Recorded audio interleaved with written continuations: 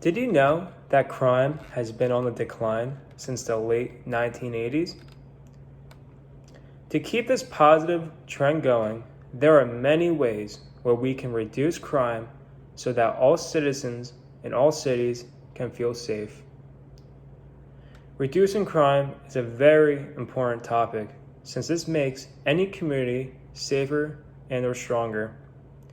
If people feel safe where they can go at night and not worry about anything bad going on, or children can play out in the neighborhood without the constant supervision of their parents, are aspects that many people desire to have, which all comes down to reducing crime. There are many sources where I got my information and perspectives from. So, I was thinking that maybe I should have the people who wrote the information about reducing crime come up and speak instead of me. During my research, I found 4 proven ways on how to reduce crime.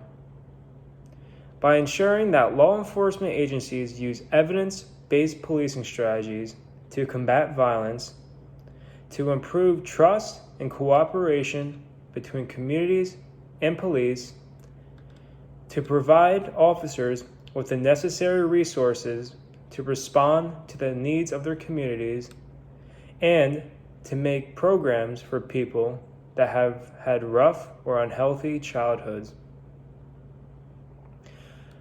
My first point is to ensure law enforcement agencies use evidence-based policing strategies to combat violence. By using strategies that work and have been proven effective, this will not only reduce crimes, but will ensure that people can trust police and other law enforcement agencies. If law enforcement agencies stick with the right strategies against crime, trust will be gained within the community, which leads to my next point, which is to improve in cooperation between communities and the police. By improving the trust between communities and the police, this will allow everyone to be on the same page, which will allow others to cooperate with them as well. If we get more people to respect all law enforcement agencies, with them being fair and equal to everyone, this will make people respect the laws that they enforce, which will have a positive impact on crime reduction. My next point is to provide officers with the next necessary resources to respond to the needs of their communities. With certain events that officers are called upon, they need to have the right equipment so that they can combat what is going on during that situation that they are in. Officers need to be well equipped to feel safe when going into an environment that may be dangerous more than others. Also, they need to be well trained in order to know how to approach that particular situation that they may be in.